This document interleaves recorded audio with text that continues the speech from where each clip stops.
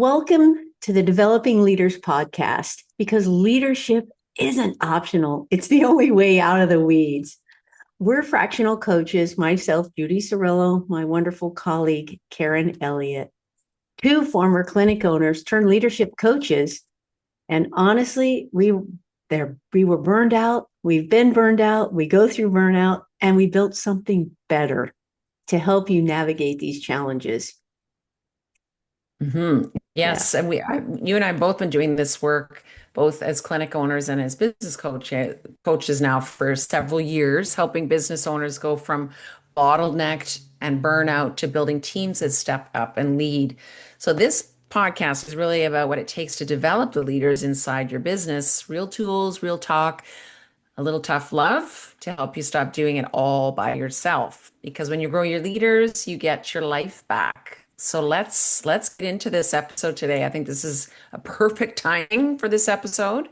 Oh man, I do too. And we've been talking about a whole bunch of different episodes over the last 8 to 10 months. And so what we decided to do for everyone is to create a series so that you can connect the dots between the episodes, which then lead you to the end result of the tools, skills, and tips that will help you get out of the weeds and develop yourself and leaders.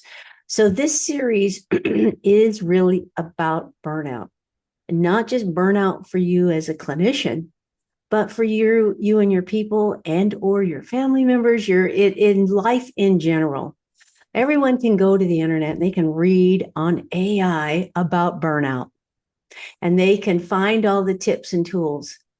But what I have found through some of the work that I've done with some programs, that it actually goes deeper. Burnout goes deeper, and burnout touches every aspect of our life that we may not even be aware of. So we're going to take this series and work it into, it's anywhere from 4 to 6 months of a series, might be shorter, might be longer, but to bring you into the reality and have a discussion about it. So today we're going to talk a little bit about really the foundation and why burnout is so important, and what it is and what it isn't. And so I'll start with just doing a little intro, and then we'll jump in and we'll have a conversation around these pieces. But people say, what really is burnout? It's not just about fatigue, and it's not just about misalignment. And actually, misalignment can come from many places. We feel disconnected from our values and from our purpose. Maybe we don't have or haven't set clear expectations with those around us and for ourselves. Sometimes burnout's developed by wanting to please everyone else and doing it all and doing it for them. And burnout also is about not knowing how to decipher what our body is actually telling us. It might be aches and pains. It might be regular headaches. We might have our hair falling out. We might have all these other things that go on. And so we also in burnout hold on to outdated beliefs. And that means that we might think that, burnout is just for people who are doing these things, and I'm not in that category. And so we want to bring these components and concepts so that people can learn to self-explore and examine and then take charge so that they can move through this process. But why does this matter to healthcare professionals or anybody in the wellness industry? 75% of professionals worldwide experience burnout. That's a lot. Wow.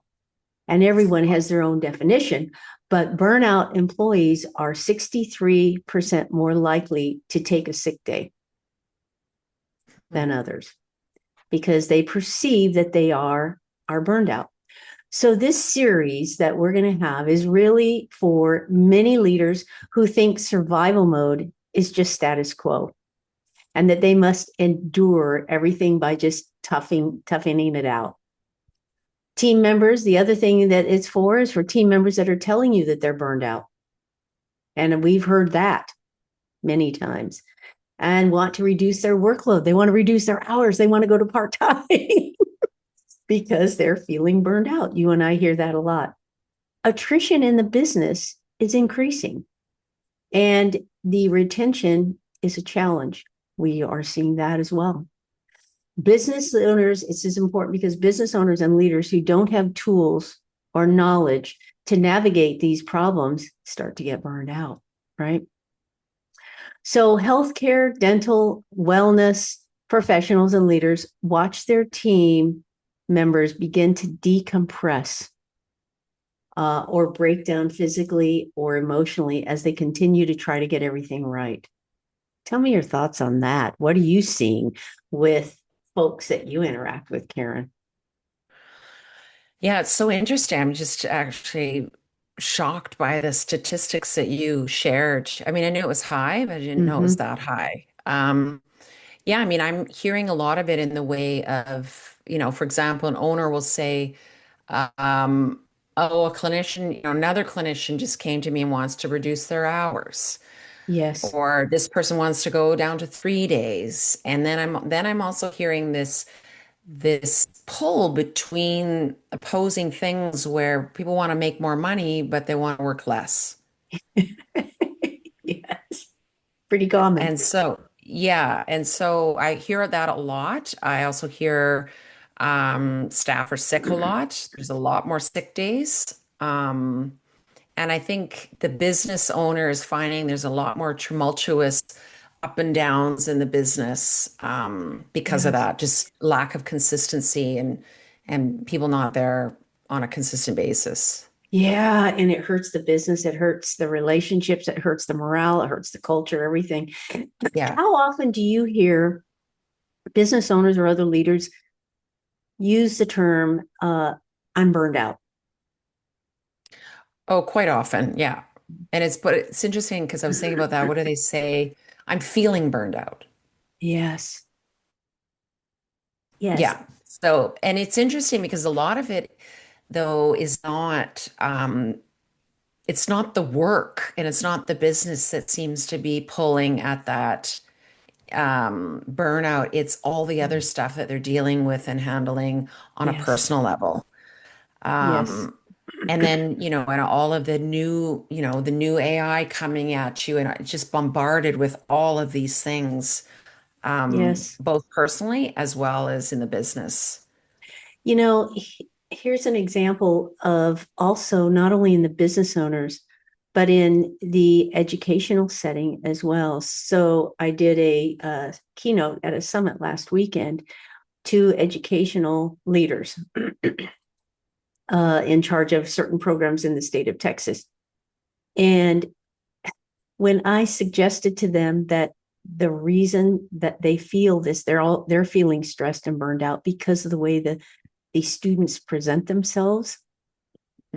I said, have you ever thought about the fact that you are now introducing common sense parental uh, guidelines and recommendations that you expect them to bring into a professional setting that they've never had before? So now you've got another layer there Mhm. that adds to your burnout. And I've seen that with a clinical setting. How about you? Yeah, I think that's very true. And I think that, well, a couple of things. I think also the constant, on the Yes. screen, the phone, the social media, Mm-hmm. that is like taking so much energy, doom scrolling at night, doom scrolling in the day. What are people Yes. doing? That FOMO, and then they show up, in your place of business already depleted because of Yes. that. I think that's Yes. the one thing that I've heard many owners say, like, and then the other is just the new, particularly clinicians, the new graduates, the new clinicians just are not adept with the skills that they need to connect with humans. That is what I'm They hearing. learned, Yep. yeah, they just get in there and they don't know how to connect with a person. They're learning, they've either done research or they're learning skills, manual skills, but nothing in the way of communication and people. And then they struggle. Yes. And that's what I Yeah. heard also this weekend. And so these are the young people, and you're hearing it from the faculty, the Yeah. clinical instructors, the clinic directors, the people that were there, that we're hearing the same thing. You and I live in different countries, Yes. but we're Yeah. hearing the same thing. It's Yeah. it's it's global. So that Yeah. leads us really into read just a quick review, because we did this on a former podcast months and months ago, but a quick review of the three hallmark signs of burnout. So I just want to quickly remind people of what those are and what they present at. So exhaustion is the first one. And that's where people say, oh, I feel tired all the time. I can't wake up. You wake up in the morning with a feeling of dread. Day in and day out, you feel like this. It's even more likely that you're dealing with heavy workloads that lead to the exhaustion. And so when I talk to people, and I will put this handout in the show notes, but you ask them which ones of these do they have: irritability, anxiety, insomnia, poor concentration, GI problems, and headaches. Those are kind of signs of the first phase of exhaustion, and the first phase of burnout, the first sign. Then you go into the second part, which is cynicism and detachment. So people become cynical in their words. It's almost like they've lost their sense of humor, if you will. But they Mhm. start out as someone who has really enjoyed working with people, and then they become cynical. You find yourself becoming increasingly angry and irritable with other people. You have a growing sense of even detaching from other people. You don't want to be connected with them. So when Mhm. I ask about the signs that they need to check on and see if they have any of those, it's loss of enjoyment, pessimism, isolation, detachment, chronic illnesses, and resentment. So that builds on the exhaustion one. Mhm. Then the third hallmark sign is where you get into ineffectiveness and lack of accomplishment. This is where you're just kind of tuned out. You don't want to be around people. You lost your confidence in your ability to do your job. You work harder and harder, but you seem to accomplish less, and your productivity has dropped significantly. But more importantly, your belief in yourself has disappeared. So when I ask people to do their own self check, which one of these do they have? Hopelessness, poor performance, feeling of inadequacy, easily overwhelmed by simple tasks, and a loss of confidence. So there's a little checklist. So I will add that into the show notes below, so people can say, where am I? On this spectrum. What do you Mhm. see with some of those things? How does it show up in Oh, the I'm people you just see? listening and seeing the full spectrum of things. Even I'm doing that assessment on myself. I'm like, oh, I have that. And, before we always talk before we do the podcast about our lives and what's going Mm-hmm. on. And Yep. I've got added stress with aging parents, and that's a whole new world. You've Mm. got, house moving, like just those added things. And then so I have a mix of all of them, and I think I've heard several of those common things from both friends as well as people that I coach and work with. Yes. Yeah. And I think Yeah. people don't realize the other thing I didn't bring up here, but there's a difference. A lot of people talk about being burned out. And when you look at the categories of overwhelm, stress, and then burnout, a lot of people aren't burned out. They're overwhelmed or they're Yeah. stressed, and helping them recognize that burnout's a different animal, if you will. And Yeah. many times the people are just overwhelmed and stressed. But if that's not, that doesn't mean you ignore it. But if you Yeah. don't address it with some of these simple tools and tricks, you can certainly lead it immediately, go down the path of burnout. It comes on over time, but we ignore some of the signs and symptoms. Yeah. And I think that the whole catch-all phrase, and I hear it a lot, like I'm burned out, like it seems Mm-hmm. to catch everything where I think as the awareness, first of all, of this. And as a business owner, if I still had my business when I had people, 35 Yeah. plus staff, I think I'd want to be really diligent with having people go through this assessment per se and just see because you can intervene and I think prevent some of the increased sick days, the time off, requesting a large decrease in hours if Yep. we could understand each of those phases and know what that looks like and intervene and help support our people before the official burnout. You're so right with that. And what you bring up with this too is if leaders and business owners had a tool that they could use that was non-threatening to Hmm. invite conversation around Yeah. where they themselves were, but also where their people might be, it blends right into the coaching piece because as you and Yeah. I work with leaders and helping them learn how to coach their own people as we're coaching them, this is a tool that they could use to craft and have a conversation. Yeah. I think so. And I think what I'm seeing, I think, is the owner. And we've both been business owners. We think differently and have a bit of a bigger capacity for driving the business forward. And a Yes. lot of that is because we start to delegate. So we Yep. just delegate more to our leaders, but we don't check in at certain points to see where are you at? What do you now need to delegate? So Yes. we're the owner, see the owner getting more freedom of time and not having so much of that, but their staff are the Exactly. ones, the leaders are the ones that are getting just piled on. And I think Yes. that again, everything starts with self and it starts from the top. That awareness has to be there from the owner Yep. because, they can be part of the contributor to this if they're not careful. And then all of a sudden somebody quits and they're wondering why did they quit? They're wondering why Yeah. that, see, I hate to beat a dead horse, but here we go again. Yeah. Having conversations, Yeah. inviting regular interaction Yeah. as check-ins, Yeah. not avoiding those, but getting a Yeah. temperature check on people on a regular basis to have those conversations is just absolutely critical. Yeah. And I think this is why it's so important that as an owner, yes, you want to buy back your time and have freedom of time so you're not in the day to day all the time. But I think it's even more critical that you're still showing up in your clinic in a different way where you're there simply as an awareness and you're checking in with your people, looking for things that are not, the pattern that you usually see in someone or something seems off so that you're aware of this so that you can have that conversation right away. But if you don't go into your business, you're not going to notice and you're not going to pick up on a lot of these things. And there seems to be a bit of a, I don't know what you call it, but anyway, I'll call it out. There seems to be this badge of honor of like, I don't have to go in my practice anymore. Yay.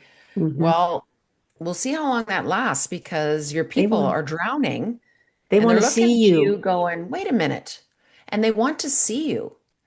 They want to know that you're there, that you're taking care of them, and that you actually care about people. So I'll tell you, I I think learned that's that the hard way. critical. Mm, Yes, because I had a clinical director, one of my leaders, who said to me, I need to tell you that they want to see you. yeah. They want to enter. And I was doing all the marketing. So I was the one that was out all the time. So I wasn't sitting back having bonbons, but I was, but that I learned that was, Yeah. that Yeah. forever sticks in my mind because you and I connect with people, but when you're running a business, it's really easy to lose sight of that with your people. You Yeah. do it with your Yeah. customers and your clients, but it's easy to lose sight of that. And those Hmm. were huge lessons to learn when we package up this whole thing. And I think what people also need to realize too is just because you're a business owner and you've got to do it all and you've got to be in charge, it doesn't mean that you push off the signs and symptoms that are leading to burnout. Yeah. And those are really things that we're gonna dig down deep onto these pieces that people really push aside in follow-up episodes after we get going here. And I think when burnout shows up in people in different ways, but the signs and the symptoms are always there if you are interested in connecting with them and staying connected. Hmm. You and I've shared that over the years, how we both have experienced it. Yeah. So, and sometimes people need space, but it's always nice for people to have check in partners. And Hmm. that could be soul people at work. So as we leave the three hallmark signs, let's go into the six key drivers of burnout that we really see in the literature and have a discussion around that. I'll let you take that away, Karen. Hmm. Yeah, I love these six key drivers, and I think the nice thing about them is that we'll describe them, but there's coaching and there's insight that leaders and owners can learn to help with these drivers. And I think the first one being workload. The demands of the job are exceeding the resources available to accomplish Mm-hmm. it. So you delegate, delegate, delegate, but then the container becomes full and the workload is exceeding because this person now is perhaps dealing with difficulties with the team they're managing and the people they Yep. have. So I think looking at auditing your time more frequently. And in the past, it was like you delegate it, you set it, forget it, and figured the person had it taken care of. But I think, and I do this now every quarter, you need to do a time and task audit. Where are you at with these? Are there a couple of things that you could give to, a couple people to take off that load? So I think that needs to happen more frequently than it used to, is that time Mm, and task audit to make sure that they're not at I think overflowing the so. cup of capacity. It's so easy to feel like we're delegating to others, just like you said, yet we offload so much on them, but we don't check in with them. And so I think you're absolutely right. Yeah. And do they need any more resources? And what are they feeling with that? Yeah. So it Yeah. gives them the autonomy for that. Yeah. Yeah. Okay. Let's go. What about the next one? So the next one is the control. So I think this is an interesting one. Mm, Feeling like you have very little say over what you do. So, and I think this is why, and I didn't do this very well, but empowering your team and teaching them how to solve problems and how to make decisions on their own faster, because that allows them to have control and make the decision and not sit and stew in it. So, giving them more autonomy within that role. That means, though, as the owner, you need to be crystal clear on what the outcome is that you are expecting, but give them the tools to help them decide, make decisions, solve problems. What can they own that they can decide all by themselves? And I think that is really important now of having that sense of control. that is so important because are getting these younger people in that's what they want right away is the autonomy. Yeah. But in order for that to work and be successful, they have to have clear expectations that keep them accountable. They can be Mhm. self-directed, Yeah. but then they know exactly what they need to do and when they need to do it. And then you can give them that control over this as long as the results are provided at the end. Yeah. So, And I had a really good example of this. I coach a leadership team of three. I don't coach the owner, so there's three leaders, all in their mid 20s. So I did the key motivators exercise with them, ooh, and all three of them had autonomy. yes, And I yep, think people would be surprised, and this is the shift that the younger yes, generation, they want autonomy. They want to be able to make the decisions. yes, yes. All three of them. And and as a business owner, we tend to be control freaks. Yes. And they don't want that. So how do we allow them to have that autonomy while proving that they can get the work done and the way at which it needs to be done and that kind of thing, but by Yeah. giving them very clear expectations, goals, and what they can grow to. And many of them, want to be, where am I going to go with this? How am I going to do that? Mhm. So you're right, that control is important. And that kind of leads into the next one, which is recognition. Recognition. Yeah, reward and recognition. And I think um, I'm hearing this a lot actually lately with Mm. people. I don't feel that my work is being seen. I'm not Oh, being yes. validated or recognized. I don't need a physical reward. I need Mm-mm. the recognition for the work that I'm doing. So Yes. for example, like it's not just recognition with money. It's about the unique abilities that they have, the things that they're solving, very specific recognition and a genuine appreciation, not just the old good job and then you move on. They Mm, want specifics. They want to know you did a really good job on creating this onboarding system for our new hires. That is fantastic work. They want that depth of recognition. yeah. Yes. And you know what else is like with the key motivator tool is recognition versus appreciation. So recognition, they also want to be recognized publicly in Hmm. front of the team. And Some. yes, yes, Yes. appreciation is more independent. Yes. Yeah. Yeah. So yeah, oh yeah, that's huge. I'm hearing that from those team I'm working with too. They just feel like they're undervalued because they're not, they keep adding workload on this individual and there's not as much recognition. Yeah. And I Yeah. think the recognition too from the owner in front of the team also increases the confidence of the Yes. team and the leaders to make Yes. decisions because the owner's like, well, if the owner's recognizing them, I can trust them Yes. now. And I think that's Exactly. a big piece of it. Oh, big time confidence. Yeah. So Yeah. the next one. Community. Yeah. Ooh, I think this is a huge one and it's a bit of yes. it's an interesting one because I think it's where you're seeing some of the retraction and the reclusiveness showing up when clinics are trying to have social events and community events, and people just aren't showing up, which, as we talked about, they're retracting. So Mm-hmm. to me, like if you have somebody in your team that's generally coming to community events and they've not been to the last three, that is a massive red flag for me. Absolutely. Yep. You want to check in and see how they're doing because it's a pattern that's different than what they were. So I think community right now is so important. Oh, I Yeah, totally agree. And you know why? It circles back to what you were saying about the technology, the texting, all of the time spent on that is yeah, not spending time with community. no, They think it is, but it's not. yeah, And so no, you get into, yeah, this is critical. yeah, I really, it is. yeah. Wow. And I think the culture and creating that community, and I mean, Simon Sinek's one of the best in this, creating that environment where people feel valued, safe, Yep. trusted, supported, that they belong to something. Yes, that they Yeah, want to belong. They want to feel like they are contributing. They have yeah, value, and that's part of yeah. the community.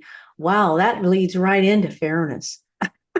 Yeah, a fair perceived lack of fairness, especially I think in decision making. So this is where our the skills of communication and transparency really become important. Being honest, having clear, direct communication Yeah, builds trust. So I mean, you know, we people used to dance around it and not really say much, and it tended to work. That's not working anymore at all. This is one I see a lot. People want to know.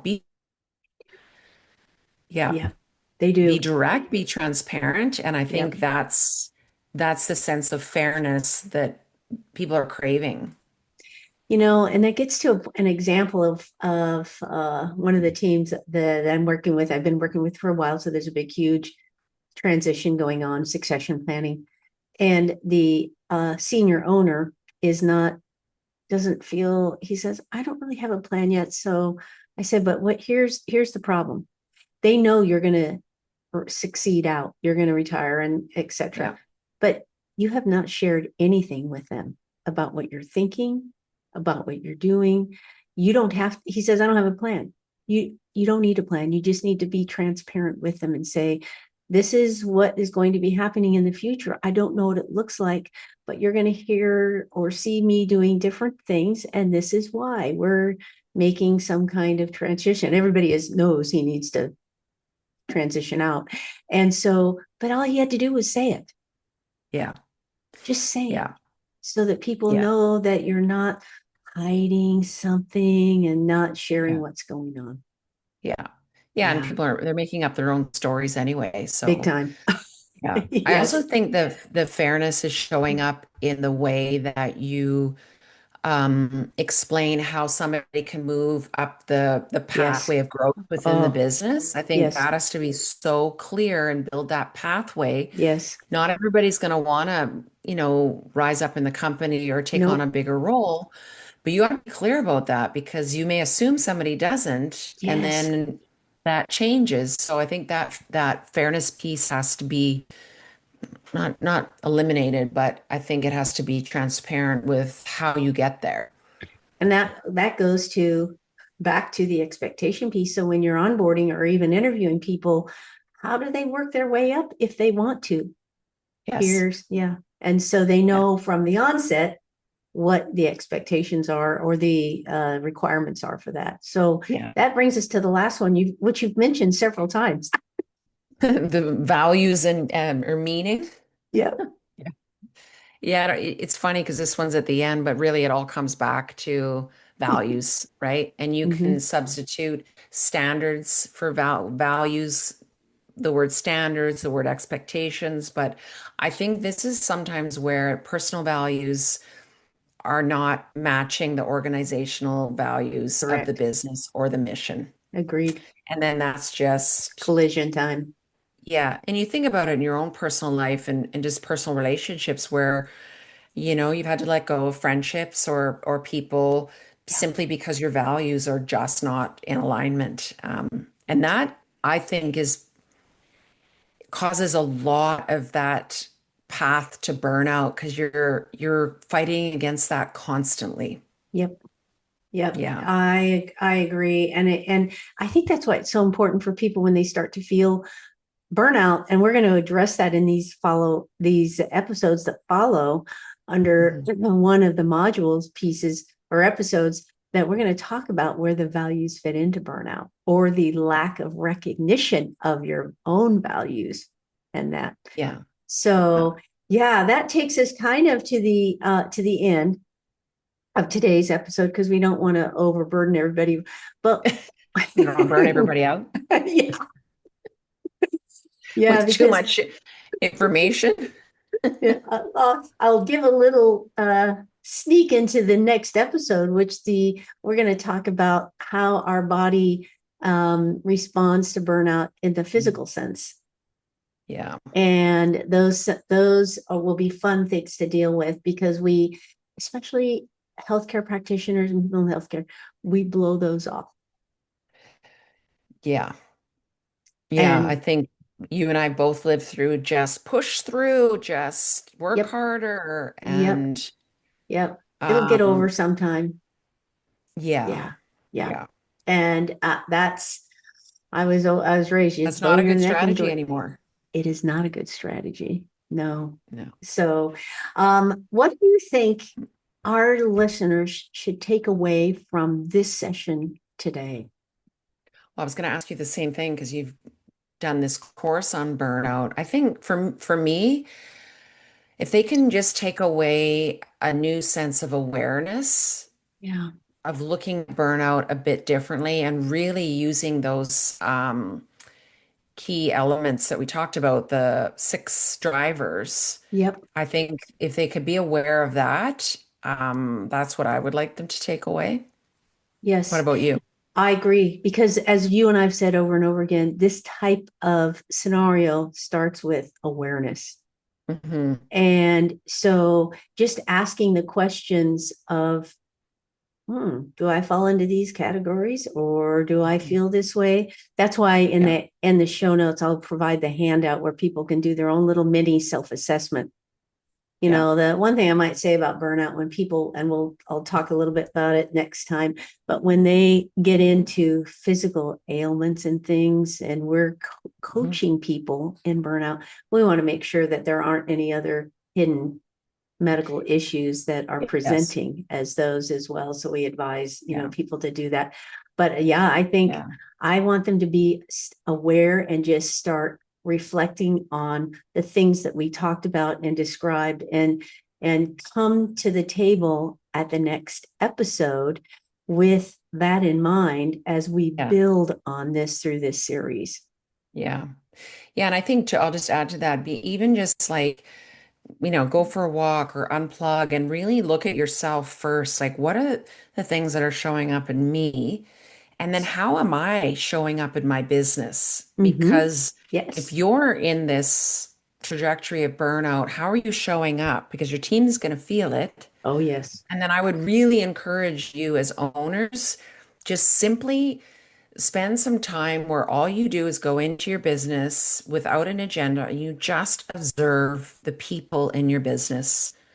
Just sit back and watch and listen and see Yeah. if you can pick up different things or different behaviors that really doesn't seem like that person or how they're talking or reacting.